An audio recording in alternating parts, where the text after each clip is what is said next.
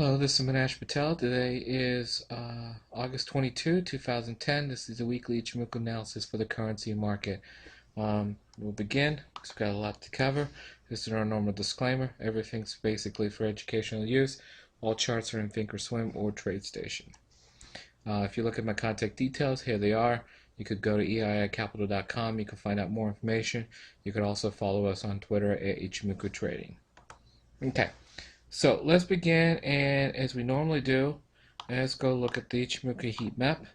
If you look at the heat map, remember we're looking for basically all three time frames, from daily to 120 and 240 to be 5 and above for bullish scenarios and -5 and below for bearish scenarios. If you look here, basically the 120 basically is bearish, 240 is bearish, and the daily is now weakening. So let's look at that and let's see if there's a trade possibly for the daily starting to come up, because the lower time frames are getting stronger and stronger on the bearish side. So it seems like they're influencing the euro on the daily time frame. So we're definitely going to look at the euro there. If you look here, this is bullish, US CAD bullish, and then daily starting to get stronger. So we're going to look at the US CAD too.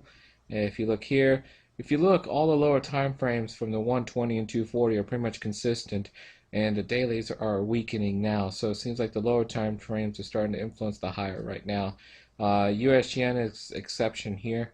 We'll have to look at that one and see what's going on there. CAD yen, pretty much across the board. The only thing that's weak now is the 240, but the daily is starting to slowly break down too. Okay. Let's enlarge this. And if you scroll across, you can see that basically the Shikao is the only problem that we're having with the daily time frame for CAD yen. All the other time frames, euro yen, are all breaking down too on the bearish side. So basically everything is strong on the yen side. Okay, let's go look forward. Same scenarios. CAD Switzy is bearish, so that's interesting. So we'll look at that one too. So we've got a lot of currencies to look at. So let's go and start now, so we don't waste any time. Let's go look at the Euro USD as we normally do. As we outlined on last week's video, we pretty much were at a major resistance level, and pretty much we needed a pullback to happen in order to see exactly what happens. The pullback happened. It was a drastic pullback. In fact, it came all the way down to the Kijun-sen Tinkin-sen. So price did equalize with the Ichimoku indicators. Now the key is what's going to happen here on a weekly time frame. You know, if this breaks down further, then we have a possibility of retesting the lows. However, if it comes and breaks this little pivot high here, then the euro is going to pretty much go higher and go to levels of 35.07 and above. So we really don't know yet. We got to wait and see what's going to happen here. But it did do what we were expecting, which was pretty much pull back to what we needed it to be. If you look at the daily time frame, as we mentioned for the weekly, it was a drastic pullback. It definitely happened. If you look here, it crossed the Kijun-sen, and now it's trying to go to a thin cloud. The thing that this won't go bearish right away is because this Kumo future. Look at it. So there's a possibility it's going to go through the cloud, come to the bottom here at 25.51, bounce off that to retrace, to go higher for a pullback to the bullish side, and then that should hopefully turn the future of cloud bearish on a daily time frame. But we really don't know. Let's wait and see what happens. But right now, on the shorter time frames, I'll definitely look for opportunities on the bearish side. And if we quickly look at the 4-hour, you could see that it's broke down on Ichimoku cloud here at 5 o'clock on August 11, and pretty much it came down here and staying down here, has been consolidating, and then it broke the last low right here on 9 o'clock on August 20th, and pretty much from there it's just sitting there hovering around this now new resistance level. This resistance is now what the support it broke. So it's going to be interesting to see what happens. This level right here is kind of key on the 240 minute right here, right there. Whoops. So on a shorter time frame, 27.30 is key, and then if it breaks this low, this is going to go lower all the way down to 25.41. So it's going to be interesting to see what happens on a Euro USD. Okay, let's go back to the weekly. Let's go look at the US CAD. US CAD, if you remember, let's go look our heat map. Let's go to the very beginning. US CAD basically seems like the lower time frame is starting to influence the daily. Let's see what it looks like on the weekly. Weekly pretty much is consolidating, has a chance to get to 55 over here.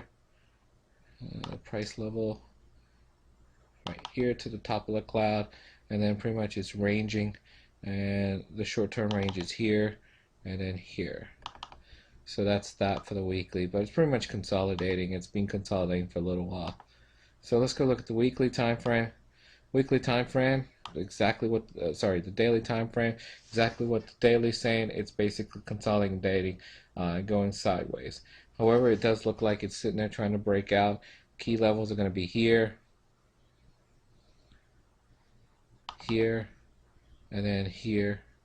Well, if you look, of course, this is the last high, but this seems like it's trying to break out to the bullish side. Reason why is the 120 and 240 are now starting to get stronger on the bullish side, and you could see that on the 240 time frame, how pretty much it broke out of the cloud, gapped up, got right to this resistance level, and pretty much hovering around this resistance. So if it breaks this resistance and goes higher to the next one, it seems like it's trying to make a move to go to the higher side. Okay. Let's see what other currencies we're going to look at. We looked at the US CAD, Australian USD. Let's go look at Australian USD. If you look at Australian USD, this is the 4 hour, so you could tell it's bearish. Let's look at the daily. And if you look at the daily is finally crossed the Kijun-sen. We're right below the Kijun-sen now, so it seems like this guy right here had a hard time trying to get past this resistance level here, bounced off that, and now it's pretty much gone across the Kijun-sen. So this looks like it could be sitting there going down. However, we got to wait and see what happens now. If you are a person that draws trend lines, you could pretty much draw a trend line here, and you could see that it's within its trend right now. So let's wait and see what happens over that trend, but it does look like it's sitting there trying to get to the cloud and trying to flip over, but time will tell. Again, there's nothing there. You gotta wait and see what happens, but the lower time frames are starting to influence the higher to go to the bearish side. Okay, we'll look at one more. Let's go look at the US yen. US yen is pretty much hovering around this level. We've had a triple bottom on the US yen over here, and doesn't seem to break that at all. So as the more and more time it gets to not breaking it, there's a high probability that things going to reverse. So I'll be very careful and start looking for maybe a counter trend opportunities to go to the bullish side on the US yen. But it's pretty much hovering around right now on the daily, and if you look at the 4 hour, the 4 hour now looks like it's trying to break out of the cloud. The key level is going to be right here, and see if it gets there and then starts breaking that to go higher.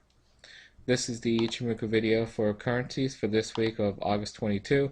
You can follow us on Twitter at Ichimoku Trading. Have a good week trading.